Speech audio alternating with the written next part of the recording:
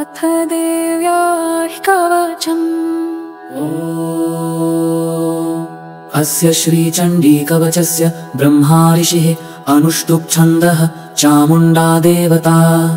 अङ्गन्यासोक्तमातरो बीजं दिग्बन्धदेवतास्तत्त्वं श्रीजगदम्बा प्रीत्यर्थे सप्तशतिपाठाङ्गत्वेन जपे विनियोगः।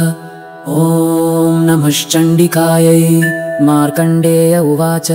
ॐ यद्गुह्यं परमं लोके सर्वरक्षाकरं नृणाम् यन्न कस्यचिदाख्यातं तन्मे ब्रूहि पितामह। ब्रह्मोवाच अस्ति गुह्यतमं विप्र सर्वभूतोपकारकम् देव्यास्तु कवचं पुण्यं तच्छृणुष्व महामुने। प्रथमं शैलपुत्री च द्वितीयं ब्रह्मचारिणी तृतीयं चन्द्रघण्टेति कूष्माण्डेति चतुर्थकं पंचमं स्कन्दमातेति षष्ठं कात्यायनीति च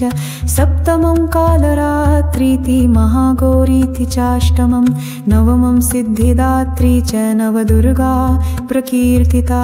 उक्तानेतानि नामानि ब्रह्मणैव महात्मना अग्निना दह्यमानस्तु शत्रुमध्ये गतोरणे विषमे दुर्गमे चैव भयार्ताः शरणं गता नातेषां जायते किञ्चिदशुभं रणसङ्कटे नापदन्तस्य पश्यामि शोकदुःखभयं नहि येस्तु भक्त्या स्मृतानुनं तेषां वृद्धिः प्रजायते ये त्वां स्मरन्ति देवेशी रक्षसे तान् संशयः। प्रेतसंस्था तु चामुण्डा वाराही महिषासना ऐन्द्री गजसमारूढा वैष्णवी गरुडासना माहेश्वरी वृषारूढा कौमारी शिखिवाहना लक्ष्मी पद्मासना देवी पद्महस्ता हरिप्रिया श्वेतरूपधरा देवी ईश्वरी वृषवाहना ब्राह्मी हंसस्मारूढा सर्वाभरणभूषिता इत्येता मातरः सर्वा सर्वयोगसमन्विता नानाभरणशोभाढ्या नानारत्नोपशोभिता दृश्यन्ते रथमारूढा देव्यक्रोधसमाकुला शङ्खं चक्रं गदां शक्तिं हलं च मुसलायुधं खेटकं तोमरं चैव परशुं पाशमेव च कुन्तायुधं त्रिशूलं च शार्ङ्गमायुधमुत्तमम्। दैत्यानां देहनाशाय भक्तानामभयाय च धारयन्त्यायुधानीत्थं देवानां च हिताय वै नमस्तेऽस्तु महारौद्रे महाघोर पराक्रमे महाबले महोत्साहे महाभयविनाशिनी त्राहि मां देवि दुष्प्रेक्षे शत्रूणां भयवर्धिनी प्राचां रक्षतु मामेन्द्रियाग्नेयामग्निदेवता दक्षिणेव तु वाराही नैरसत्यां खड्गधारिणी प्रतीचां वारुणी रक्षेद् वायव्यां मृगवाहिनी उदीचां पातु कौमारी ऐशान्यां शूलधारिणी ऊर्ध्वं ब्रह्माणि मे रक्षेदधस्तात् वैष्णवी तथा एवं दश दिशो रक्षेत् चामुण्डा शववाहना जया मे चाग्रत पातु विजया पातु पृष्ठतः। अजिता वामपार्श्वे तु दक्षिणे चापराजिता शिखामुद्योतिनी रक्षेदु मामूर्ध्नि व्यवस्थिता मालाधरी ललाटे च भ्रुवो रक्षेद् यशस्विनी त्रिनेत्रा च भ्रुवोर्मध्ये यमघण्टा च नासिके शङ्खिनी चक्षुषोर्मध्ये श्रोत्रयोर्वारवासिनी कपोलाकालिका रक्षेत् कर्णमूले तु शाङ्करी नासिकायां सुगन्धा च उत्तरोष्ठे च चर्चिका अधरे चामृतकला जिह्वायां च सरस्वती दन्तान् रक्षतु कौमारी कण्ठदेशे तु चण्डिका घण्टिकां चित्रघण्टा च महामाया च तालुके कामाक्षी चिबुकं रक्षेद्वाचं मे सर्वमङ्गला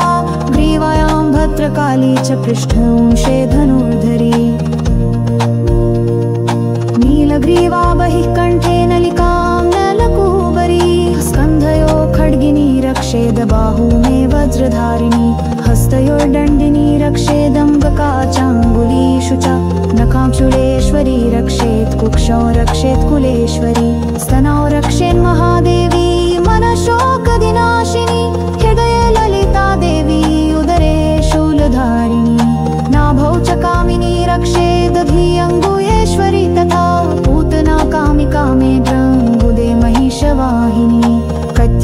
जगति रक्षेत् जानुनी विन्ध्यवासिनी जङ्गे महाबला रक्षेत् सर्वकामं प्रदायिनी गुल्फयोर्नारसिंही च पादपृष्ठे तु तेजसी पादाङ्गुलीषु श्रीरक्षेत् पादाधस्थलवासिनी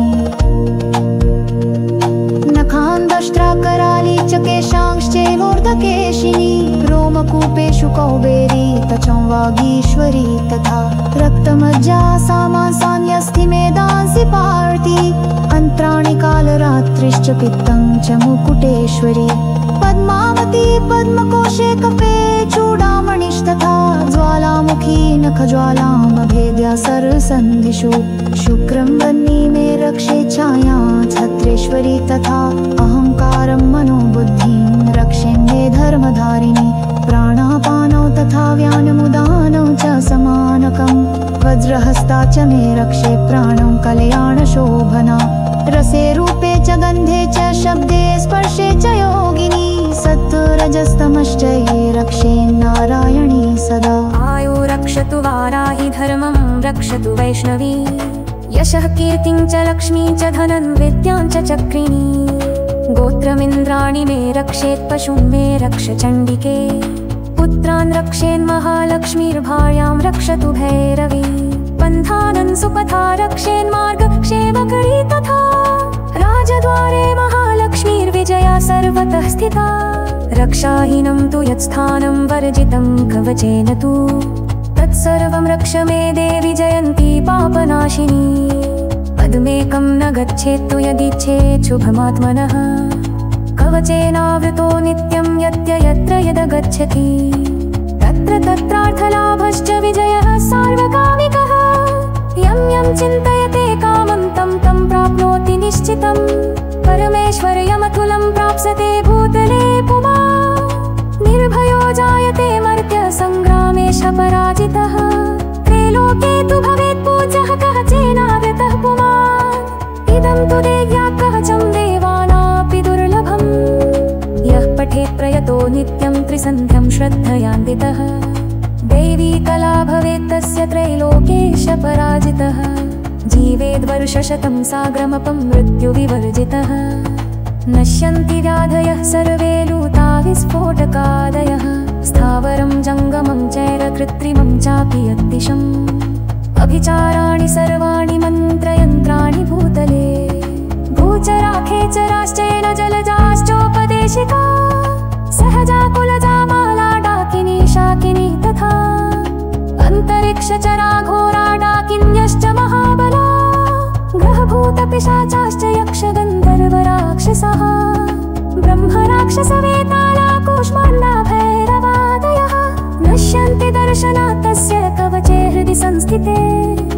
मानोन्नतिर्भवेदराज्ञस्तेजो वृद्धिकरं परं यशसा वर्धते सोऽपि कीर्तिमण्डितभूतले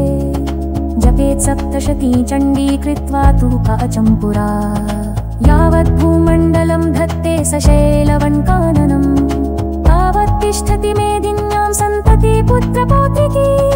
देहान्ते परमं स्थानं यत् सुरेरपि दुर्लभं प्राप्नोति पुरुषो नित्यं महामाया प्रसादतः लभते परमं रूपं शिवेन सह मोदते ओ दुर्गाकवच सम्पूर्णम्।